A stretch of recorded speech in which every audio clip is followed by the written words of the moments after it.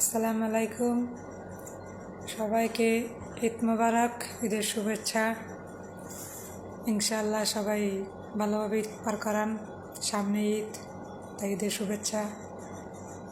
আর আমি এবার লাইভে কখনো কোনো সময় আসিনি, ব্যাস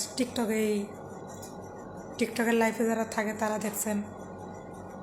আর দ্বিতীয়ত কথা হলো, আমার লাইভে আসার কারণ এটাই, প্রবাসে যারা আসবেন বিদেশে, আপনারা কখনো ভুল করে কখনো দালাল ধরে বিদেশে আসবেন না। যদি বিদেশে আসতে চান, আপনি কোনো এজেন্সির মাধ্যমে বিদেশে আসবেন, মানে চেনা জানা লোকের মাধ্যমে আসবেন।